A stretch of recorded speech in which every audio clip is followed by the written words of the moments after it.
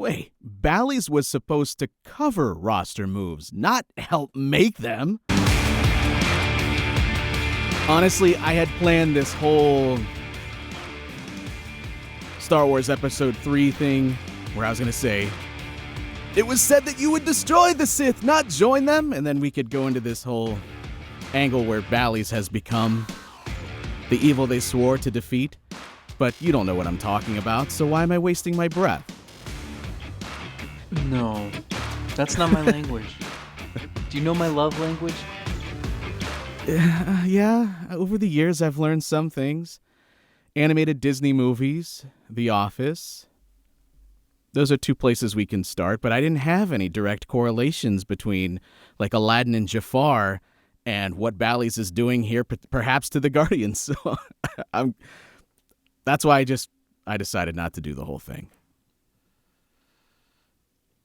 Thank you for that. The only thing I know about Star Wars is that on May 4th every year I won't stop saying, "May the 4th be with you." That's Star Wars, right? You are really the worst. Yeah, you are really the worst. I've just decided, as of right now, after all our years of friendship and working together, I've just decided today you are the worst. Welcome to the Selby is Godcast, where we'll talk about movie quotes that Zach doesn't know, and also roster moves that happen in which we witness Cal Quantrill's Cleveland career probably come to an end. We're not quite sure how it's going to come to an end yet. That hasn't been decided, but he's been designated for assignment. I would consider that a pretty shocking move. Based on your text message to me right before it happened, I would say you were a little bit shocked by it too. Yeah, I don't know where to start here because if you just like wind me up and turn me loose, like I might start talking about Quantrill and wind up talking about the future of baseball and death of the sport and payrolls and revenue sharing and And this is me doing that. I think so let's get this out of the way. I never want to be like my sport guy, cuz to be honest, like people who know me best, I cover baseball, I watch a lot of baseball, I like baseball, I grew up loving baseball. There's nothing better than like an NFL Sunday on the couch. Okay, so I don't ever want to be like my sport guy. People can like what they want to like, and that's fine. And I never want to be whiny, complainy, curmudgeon sports writer either. There are so many of those people, and I just have no interest in becoming one day. Now that that's out of the way, I think we're going to talk about a lot here in this episode that I hope doesn't come across as complaining and more so comes across as criticism, constructive criticism, disappointment, or a call to action. I think there are 3 levels here. I think there is a local level, I think there is a national level, and I think there is a sport level. And they all tie together, and what's weird is how these thoughts have been sparked by something as simple and inconsequential as Cal Quantrill being DFA'd. But him being DFA'd has led me down this spiral to how important it is that baseball saves itself or gets out of its own way. So, should we start at level 1, Cal Quantrill, and the decision to DFA him before we get deep into this? I think the elephant in the room that you can't avoid, so let's just get it out of the way, is how much is this move impacted by the uncertainty of a TV deal? And is the fact that he was due somewhere in the neighborhood of maybe $6.5 million in arbitration, was that weighing on their minds when they made this decision? We'll get to whether or not it should or should not. But first, I want to get those cards on the table. How much of a factor did it play? Because there have been some things written. I'm not sure how real they are. I just want to set the record straight right now, based on what you know, or even what your opinion is. Yeah, I mean, I So I asked about the payroll and the TV situation 2 weeks ago. And I was told they're still sorting through it. They don't know yet. I don't believe that for a second. They say that kind of thing when I ask about what they project the payroll to be, whether they'll add or subtract. I ask about it every November. I ask about it at the winter meetings every year. And it's the same answer every time. And you're telling me that this organization doesn't know what its finances are going to look like when they get to the offseason? There's no way that that's true. This organization probably knows what their finances can be in 2027. Okay, but they'll come back at you and say, well, Zach, we don't know what this resolution is going to be. To which you would respond, you guys are smart. And so therefore, you have a scenario where everything stays status quo. And you have a scenario where everything hits the fan and we're not getting that money, or our TV deal is up in the air. There are two scenarios here. They don't just wait for that resolution and then act on it that very day. That's nowhere close to happening. Right. So that's the key. They're not blindsided by this. They've had a plan. They had a plan when they told me last year, when there was also uncertainty with the TV setup. And, it was December. Well, we're still working through it. It's March. Well, we're still working through it. It's June. Do you know what your opening day payroll is going to be? Well, we're still working through it. Yeah. Now, I also understand why they wouldn't want to share that. The Twins came out and said, hey, we're trimming payroll. And they put like a pretty precise number on it, which was interesting. And that isn't going to go well with the fans. Nor Stop being honest. Whether it's your win total or how much you're reducing the payroll, don't tell us exactly what you're thinking.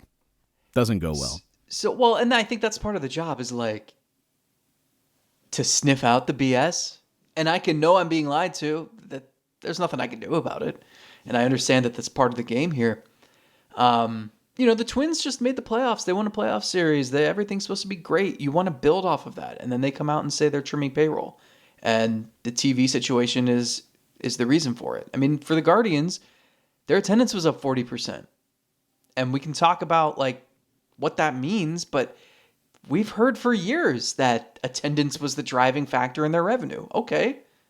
Well, is it or not? Because now you got what you wanted. So I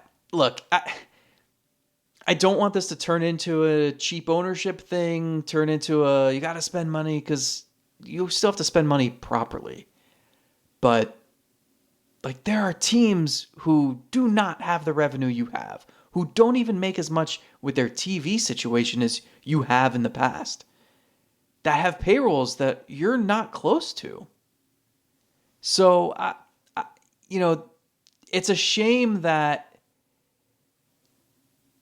if the Quantrill decision was simply money, I don't, it's hard for me to gauge exactly what they think about him as a pitcher, because if this was, if they have no wiggle room financially that they're willing to operate with, and that's the reason for this, then how am I supposed to know? Maybe they were like, hey, Quantrill would be great. If their payroll was going to be $120 million, would they have kept him? This is a team that 6 years ago gave $7 million to Boone Logan to be their sixth best reliever. So I think every year you're operating under a different set of parameters. And we don't know what they are right now, but I can take a pretty strong guess as to what they're going to be based on this decision.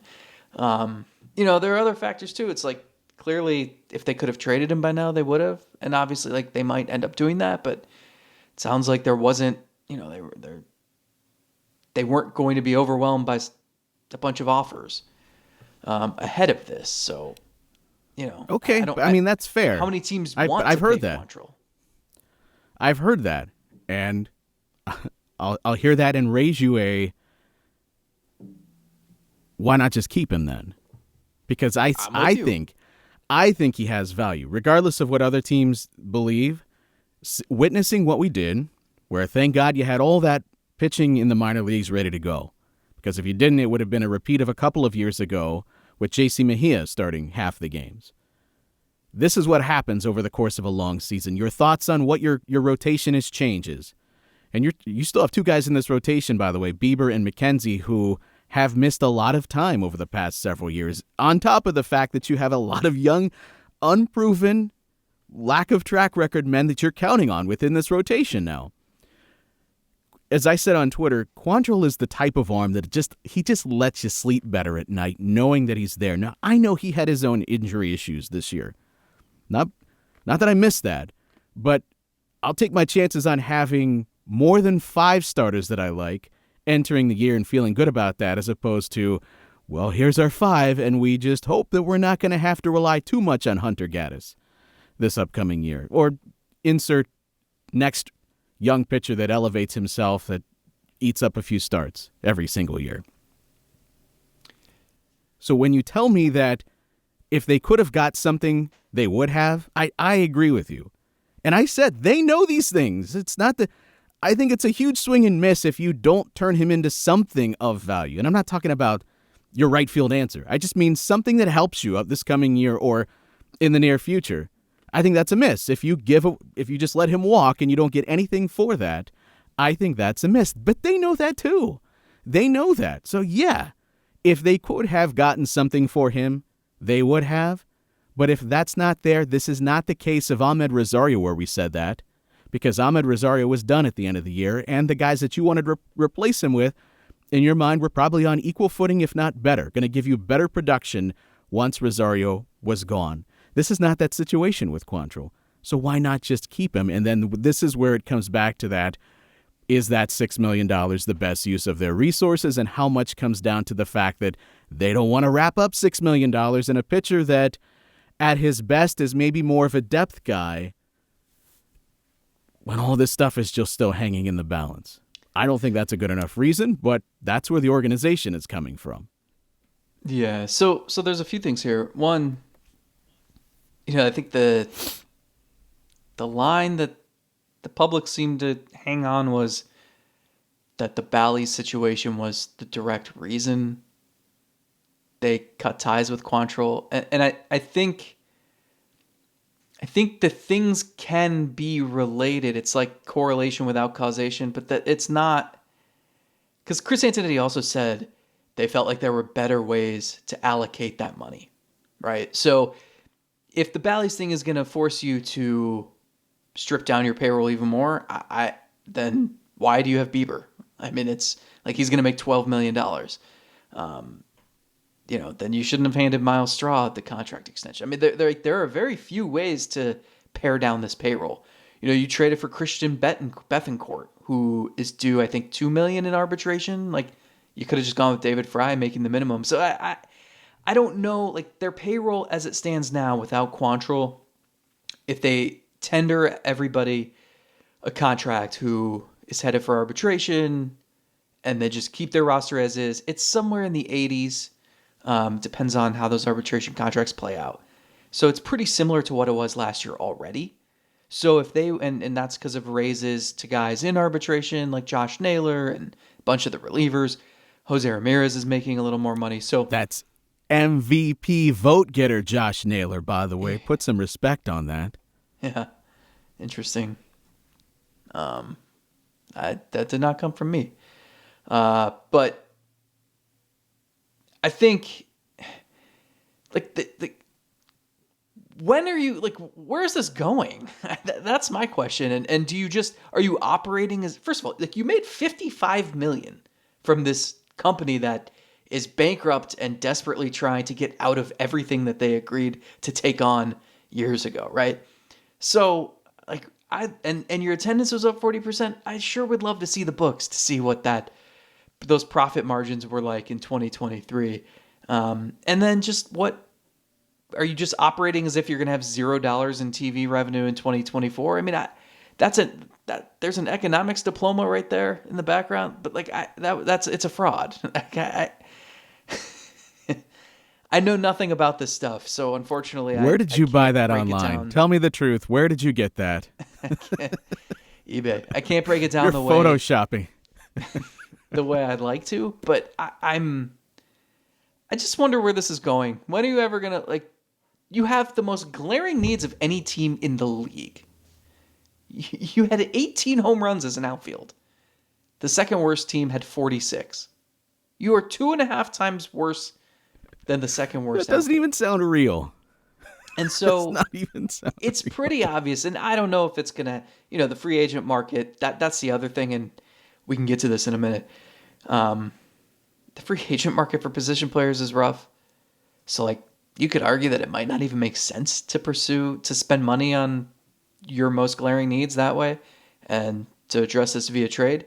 But you have to do something. And I just, this roster isn't that far away from being a contender. The rotation, even without Quantrill, if it's healthy, it's really good. The lineup has some glaring holes, but it also has like 5 or 6 guys that if I was Stephen Vogt, I'd be pretty excited to write their names down. So I just, it seems like it's not an easy fix because getting 2 legit outfielders is not easy, but like, it's not like a long list of desperate needs. And I'm just like, are you going to just strip this thing down more and worry about pinching every penny and let that stand in the way of what you have? Are you going to waste another year of Jose Ramirez? Are you going to waste another year of having Tanner Bybee making the league minimum? Like, things like that. And I could segue easily here to level 3 of this conversation, but I don't want to do that yet. So do you have anything to add on Quantrill? I mean, like the starting pitching depth is a little, it would make me nervous if I was them after the first 5. Yeah. And they needed I'm 14 starters last year. I'm very nervous. So level 3 has nothing to do with Quantrill, because if that's the case, I do have a few more things. And I like the scenario where they're letting go of Quantrill because they believe that he's not as big of a part of their team as maybe I believe that he can be. And so they believe that $6 million can be better spent elsewhere. Because we can disagree from a baseball standpoint on that.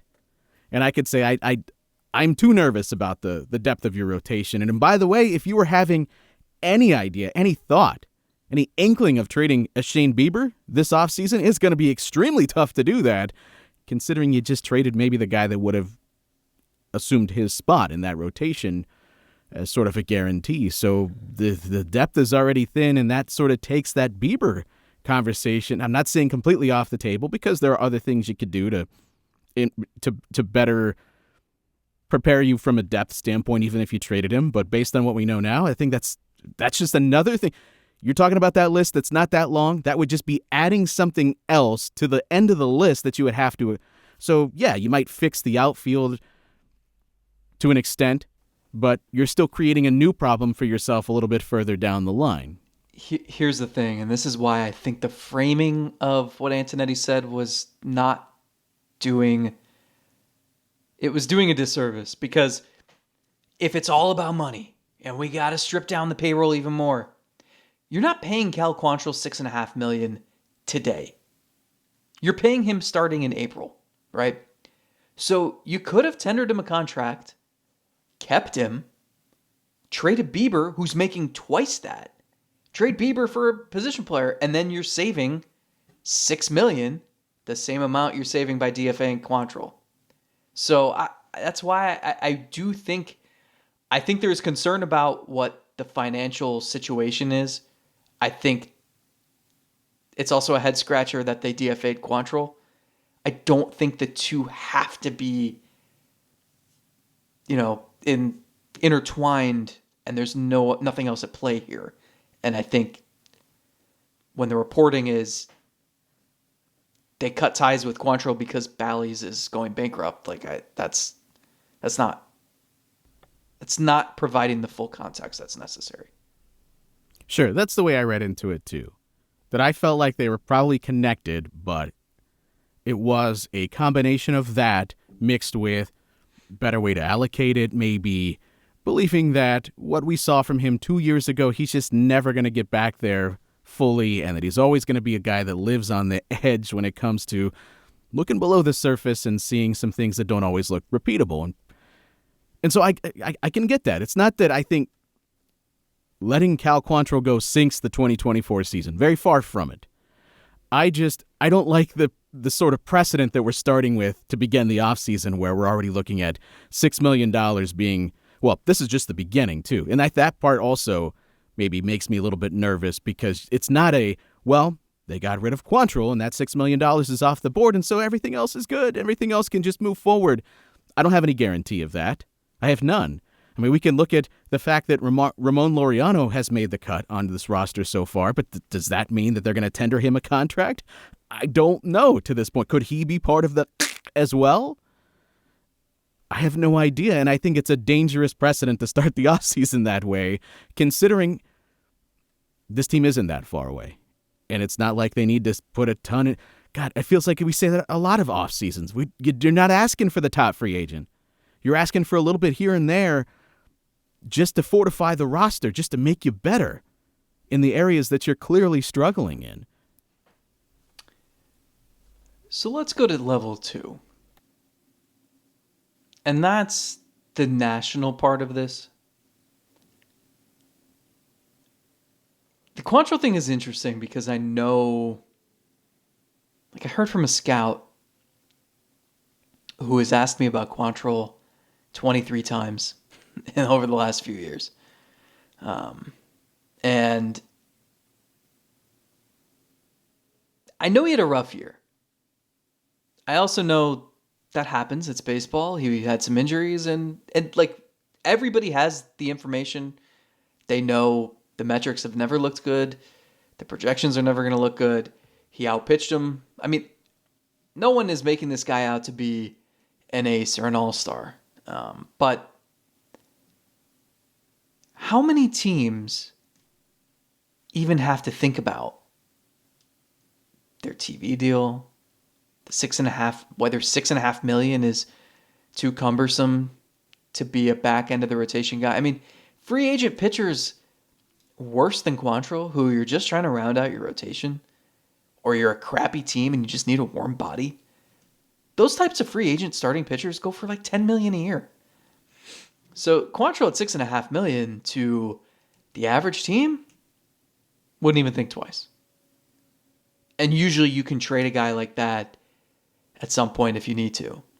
So how many teams, if you're the Dodgers, what do you care, right? Like, so it's going to be interesting now because this process, either they have to trade him or they have to put him on waivers and someone will claim him and, he'll go somewhere. Or he'll clear waivers, I guess, and be a free agent. It's so weird how the experience as a fan depends on where you live, where your parents raised you, right? Or where you pointed to on a map one day. I have an uncle who lives in Oregon, and he used to say that he ended up there because he just randomly pointed to it on a map and said, I'm going to move there. And it's like, I mean, you hear the stories of like, oh, I'm a fan because my uncle knew Bear Bryant, so I love Alabama football. Like, and think about... You never used to spin the globe back in first grade and put the finger down and that would be where you were going to travel? You never did that when you were little? Oh, yeah. You end up in like Chad or one of the stands that you can't spell. Legend has it you can do that, and everywhere your finger lands, there's a Godcast listener there. I've heard it. Right. People are saying. Cheers to that. So it's a nice mug you got there. Think about the conversations we're having in Cleveland, where it's like trying to get to the bottom of how a team is not keeping a guy for $6.5 million. And then think about the conversations they're having in like San Francisco, where they're like, do you think they can get Ohtani and Yamamoto or one or the other? And who's the fallback option? And like, this is not new. This is also the only sport we do this in. The NBA is a little different because it seems like it's more about like warm weather cities but markets don't matter. You've got Giannis and Dame in Milwaukee, right? So if you can draft and you can win so that you can keep the star you drafted, you can bring in other talent around him and you can succeed. We saw it in Cleveland. So baseball is so unique in that the experience, if you just happen to grow up in New York, especially now with Cohen and owning the Mets, I mean, you've got two teams there that are just any free agent, they're going to be on that list. And in Cleveland, we're sitting here debating, like, what should we read into with Cal Quantrill being DFA'd? It just blows my mind that's the national landscape here. Like, we talked about this, TJ, like the winter meetings. Remember last year, I remember talking to a Yankees writer we know and watching him operate the day. Remember the day Aaron Judge, we thought he signed with the Giants. What did John Heyman tweet? Arson Judge. Arson Judge to the Giants, and then he ends up going to the Yankees. Like, and just how miserable of an experience that is at the winter meetings, because Yankees could be in on anyone, and it's an expectation. Like, it's the standard that they signed the guy, whoever it is, Garrett Cole. In Cleveland, like, winter meetings, I'm chilling, posted up at the Cheesecake Factory and like just hanging out, people watching. Like, what am I going to do there? Although they did sign Josh Bell while I was in a meeting last year. But, it's just so different.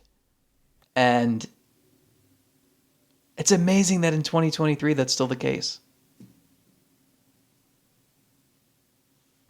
This Bally situation has been not just this offseason, but I even think since they switched to Bally's, and it has gotten increasingly more difficult for fans to watch the games. Amidst all the cord cutting that has happened over the years in baseball, doing everything they can to make life difficult on the fans that actually want to watch the sport. For about 2 years, I had to jump through hoop after hoop to watch these games, and I'm invested. I sit here with you and do these shows. I got to be able to watch. That's me. I'm willing to jump through the hoops to get it done and to watch most games. But what about the casual fan? The way that I feel about watching a Cavs game. If it's on, yeah, I'll flip it on. Last night I watched like parts of the first half and then that's it. I turn it off. What about the fans that are at that level of interest? And as the year progresses, and if the team's good, they're in. But how are you making sure that they have access to Guardians games? I feel like it just keeps getting worse and worse every year. Now, you want to make the case that it's because people have cut the cord, and there used to be an easy way to do it. It was just on cable, and okay. But times have changed. You can't just yell. I've said this before. You can't just yell about the way that the water is flowing. You just need to do something about, you want to go that direction? You got to build your boat in such a way that you can do that. You can't yell about the current. It's just, that's the way the world has turned the last few years. So adapt with the changes. And the fact that you still can't. There are people that have money in their hand. This frustrates me to no end because I've been in this boat. There we go. I'm sitting there with money in my hand. I want to watch this team. And I can't. I can't do it. But why? Because I'm blacked out. Because I can't sign up for MLB TV because you got to protect the rights holders. And, we're seeing where that got him. I'm trying to pay you to watch your sport, and I can't access the teams unless I'm downloading a VPN. And even I think they've cut off ways for you to be able to do that now. That's ridiculous. If a fan is sitting there willing to pay you X amount per month to watch the team, they should be able to do that. Find a way to make that happen. And the fact that we're still sitting here, and what was it, 2 years ago, when Bally's was rolling out this plan that maybe you could do something like that, and it never happened. It never happened. We're sitting here today. We don't even know where they're going to be at on TV. Now, you could tell me, hey, TJ, similar things happen with the NCAA tournament. It's tough to find these games. I don't know where they're at, but it's the NCAA tournament. Same with the NFL. They can afford to put a game on Amazon because it's the frickin' NFL. and people will go there and they'll jump through those hoops.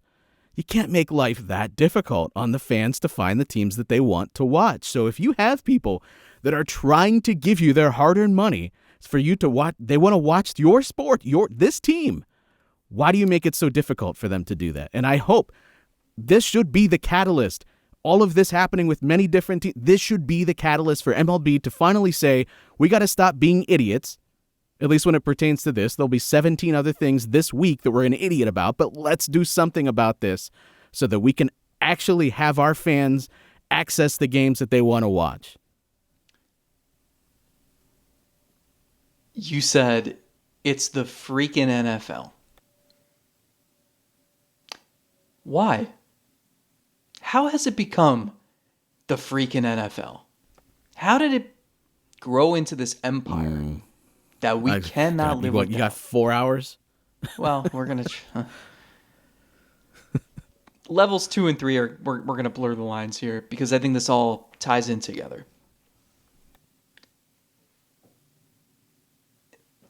We don't have these conversations with the NFL. No one...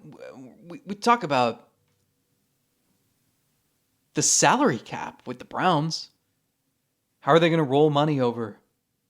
Do they have space so that they can afford another defensive lineman? Things like that.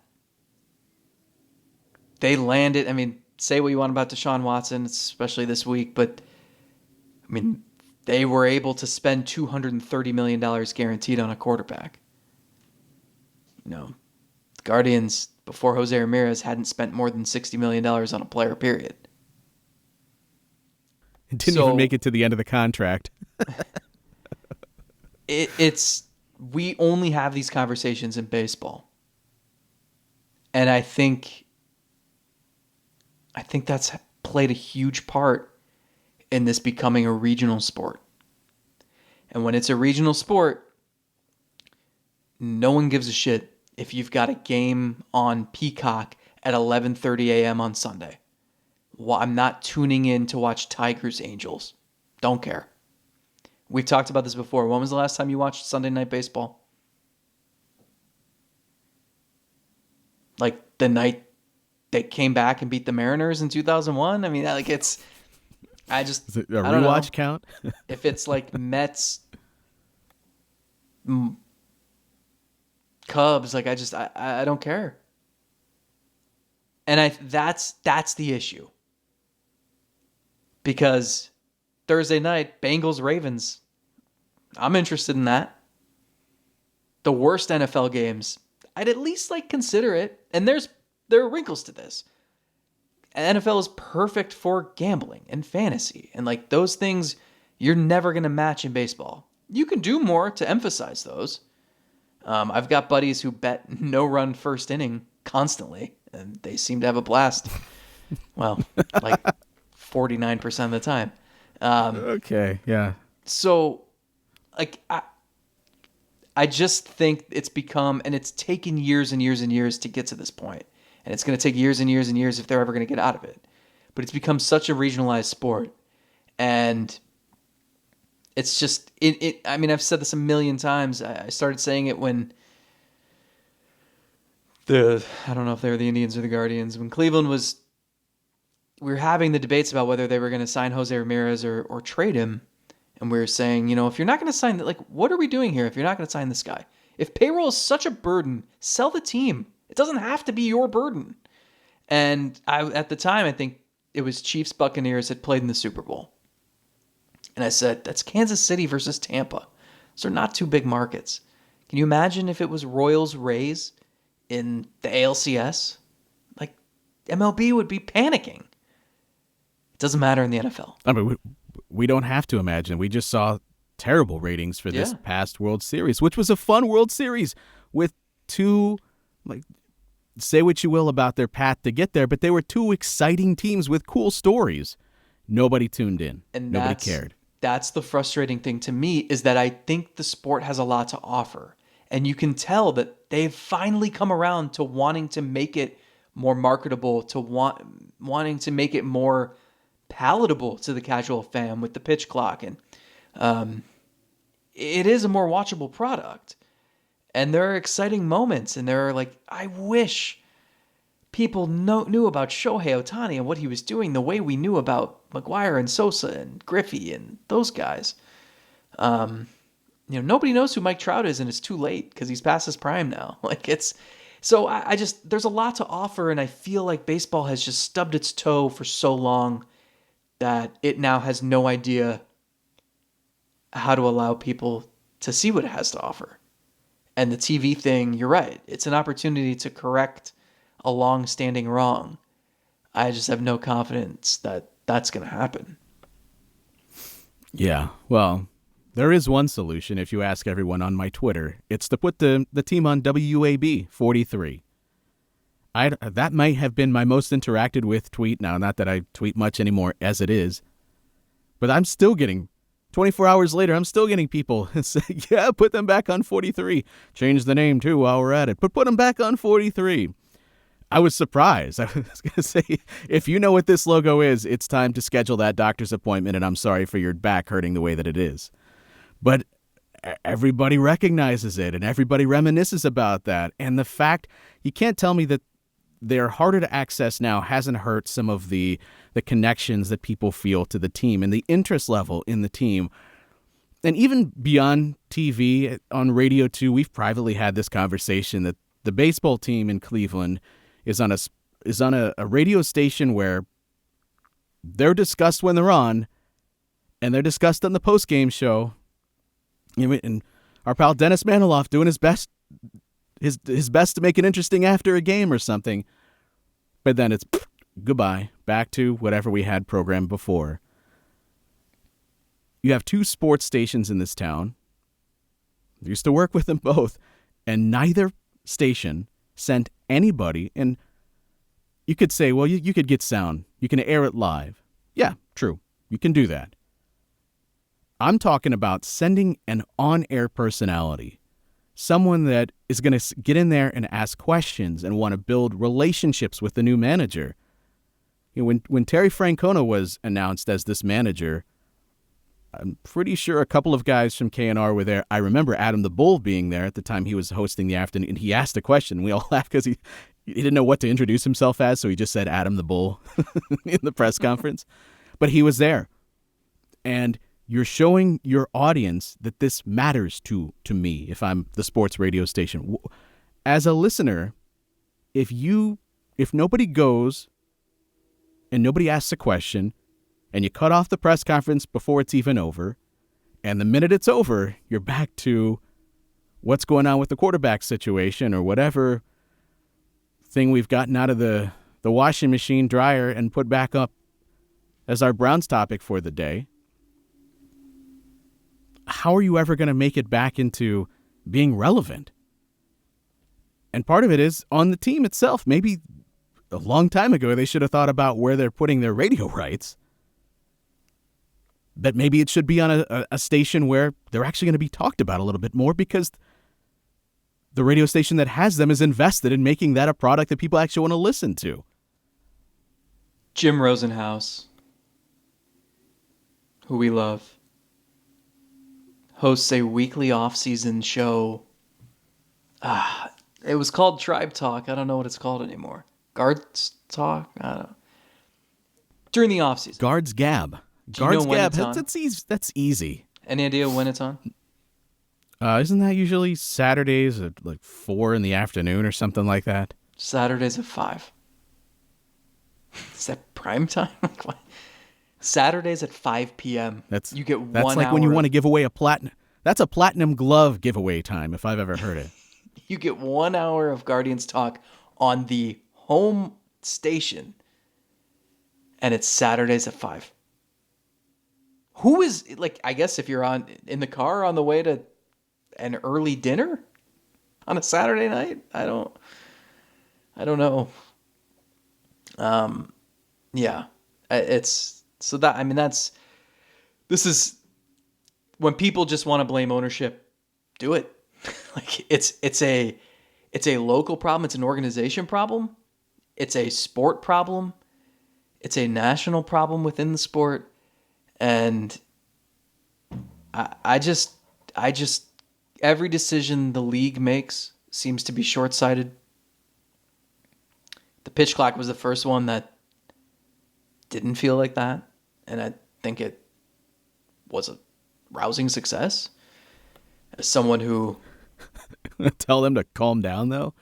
Oh, it was so good. Let's do it again. Let's ramp it up even faster, and then the games will be even more entertaining. God, slow down. Now they're talking about 20 to 18 seconds. In 5 years, it's going to be throw the ball, instantly throw it back to the pitcher, and if you're not right on the rubber, ready to throw another one, you're getting called for violation. Come on. These guys breathe. It was 1 year. I just, it's like the A's are moving to Vegas. Even though Vegas will be the smallest market in MLB now, the plot of land they have to build the ballpark is like the size of your living room. Like it's tiny. It's right off the strip. And I just, like, I understand it sucks for the people there. They have lost all 3 of their teams in recent years. And I mean, we know what that's like in Cleveland a little bit, right? And you can't say Art Modell's name out loud in this city without someone shouting obscenities near you. So I can't imagine what Oakland fans are going through. Like, I understand why the NFL went to Vegas. From what I've read, like, it sounds like MLB, it's like, how are you going to get people there? I love that city. I'm a regular visitor. I can be walking down the strip. At no point am I ever going to be like, let's go sit at a baseball game. I just, and it just, again, it's like, I don't know. Do we need another city where it's going to be like, well, we don't really have the revenue and small market and all that? And it's like, it feels like it's just feeding the problem. And then maybe the league will expand by 2 teams. And then, I don't know. The game needs better revenue sharing. That's the point here. Like, the salary cap works in the NFL and the NBA because of the revenue sharing, because everyone's already playing on an equal field. And I understand it. You can't just have the same designs in MLB because it's 162 games, and because the NFL, they play once a week, so you can just air all those games on national TV and it doesn't matter. You can't do that in the in baseball. That's fine, but there has to be a solution here that makes this make sense, because you need people to care about MLB. And they don't. And that's the problem, is that, most people, they don't want to subscribe to MLB.TV. Like, if I'm a Phillies fan, like, just give me Phillies games. I don't need to watch Blue Jays, Rangers. And in the NFL, it's different. You get Sunday tickets, you can watch all the games. If your team's playing at 4, you're still tuning in at 1 to watch whatever game CBS and Fox are airing, because you've got fantasy players on those teams. Yeah. And I'm not sure that it's more of a sport thing as it is what you're talking about, the gambling aspect, the fantasy aspect.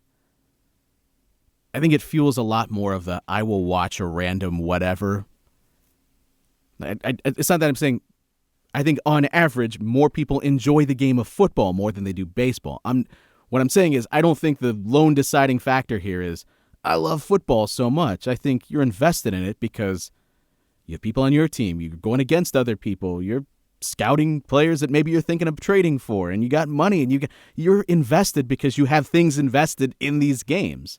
That's how I get. And there's fewer of them. My longest bike rides on the Peloton are because I'll throw some pocket change on a random noon Big Ten game and pedal away for hours, not even realizing what I'm doing.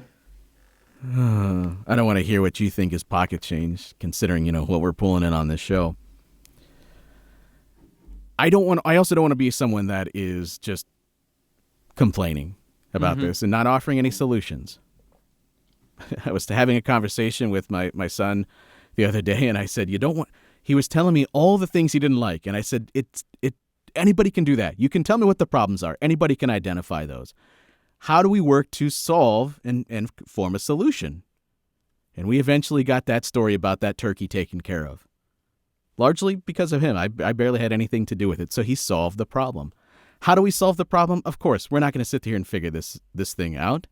But I do believe taking away the roadblocks from the people that actually do care, that's a great place to start. Making the games more accessible to those that are willing to pay for it. The model as it exists right now, clearly it's crumbling away beneath them. And so you're going to have to, even if it gets uncomfortable or current deals are a little bit uncomfortable because they don't like people having an ability to go stream a game somewhere else, well, make it so these places have ways that you can pay us directly. There has to be a way for somebody that is in an area that wants to pay you to watch these games can do it. How do you make that happen? What's the cost for that? Figure out what that is, because you shouldn't be putting limitations on the people that actually do care. That is an easy place to start. I mean, we're talking about a sport that several years ago was making it so you can't put their highlights on YouTube if you're not the official MLB account. Meanwhile, YouTube and TikTok and Zach, who has just discovered Reels, which are TikToks that were popular 6 weeks ago, that is how people are consuming anything of entertainment value now. So if I don't want to say people like us, but people that do this sort of thing better than we do, that are trying to make the game more fun and are trying to do cool things with video and highlights, make it easier for them to I mean, you are basically getting free advertising from anybody on YouTube that's trying to do that. How much has Pitching Ninja helped to expand the game, or just not even expand the game, but just made it seem cooler by things that he does on social media? And you're going to stop him from doing that? It's just stop getting out of your own way and let the people that love this game help spread the game and make it accessible for those that are wanting to consume it. It seems like that is an easy first step. Just to reiterate, like I don't want this to be like a downer of an episode either. Like this is not. I hate sounding like I'm complaining. Too late, dude. Too late. It's frustration because the potential's there, and also like I want kids. Like I love. There's nothing I love more as a kid than playing baseball in the neighborhood or Little League or whatever. And like I want that to continue, and I know that that's decreasing. Seems like every year. So I want to be able to reach kids. Yeah, I don't have the answers though, but they're there. They're somewhere. There's just got to be there's a better way. I think part of it is like streaming services too. Like that bubble, is that going to burst at some point? I mean, are we going to start bundling those and then? I don't know where this goes. If only somebody would take all the channels and put them on one service. What once was old will be new again. Yeah, we're on our way. I just the basis and why we're doing this episode now is just sports are supposed to be fun. Playing them when you were a kid was fun. Watching them when you were a kid and you didn't care about all this was fun. And I just think about the conversation. I like Guardians fans, man. They're tough. It's just like these are the conversations you guys have to have. Why did we DFA Cal Quantrill? Do I have to worry that the payroll is going to be slashed again? There's nothing left to slash.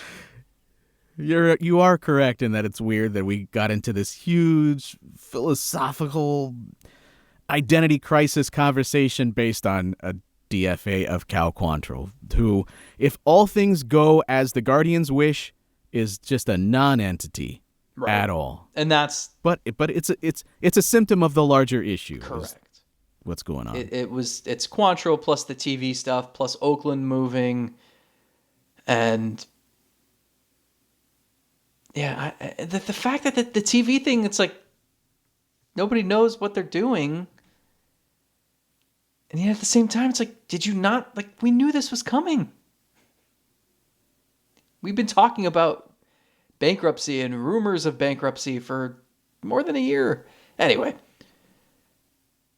the Quantrill thing, go fix your outfield and no one will remember this. That's the bottom line. Like, this could be something we totally forgot about by February. I hope. If it's not, yeah, I hope. Then there's an issue here.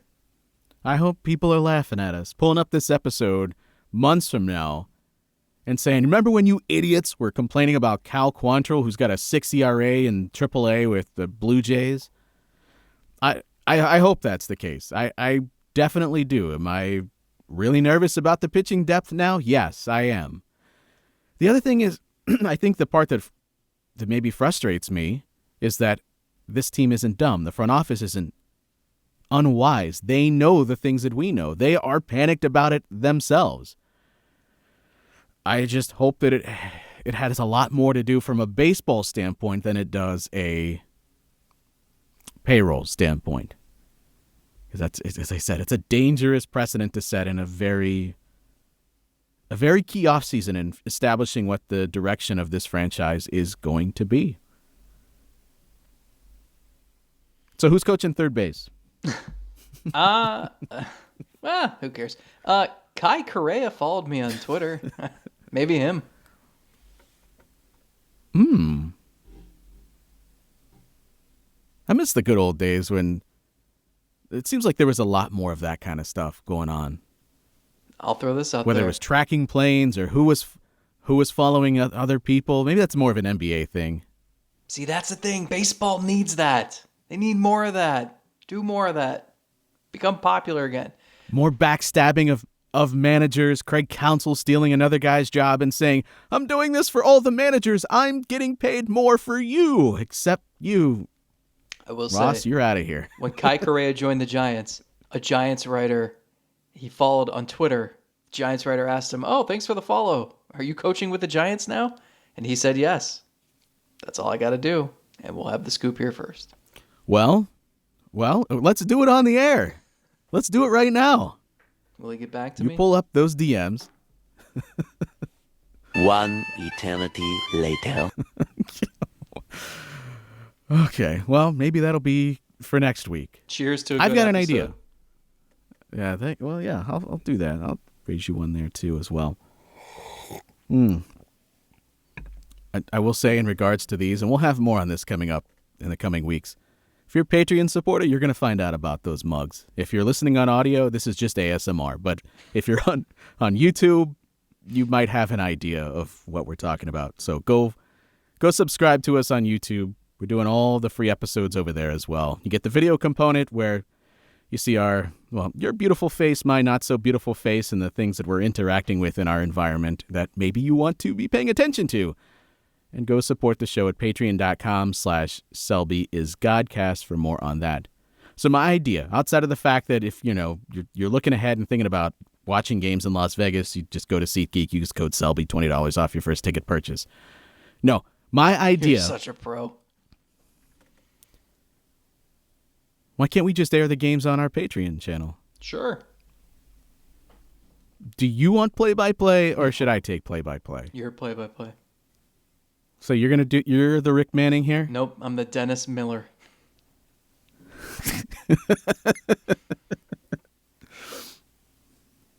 Fair enough. All right. You turn a phrase for me real quick before we leave?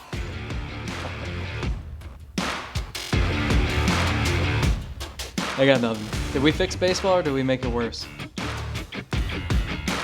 Oh, no, we just said, hey, look, all this stuff's broken. Well, we're out of here. How Cal Quantrill killed baseball. God, I love this sport. No one complains more about baseball than baseball fans. And rightfully so. Right there with you. We love all of you. Thank you for being here. Thank you for checking us out on YouTube. Subscribe, like, I'm only doing that to see if the algorithm actually makes those fireworks blow up on the YouTube screen. I don't know. Let me know. Drop us a comment. It helps the algorithm. It does. We'll see you next week over at Patreon. Bye.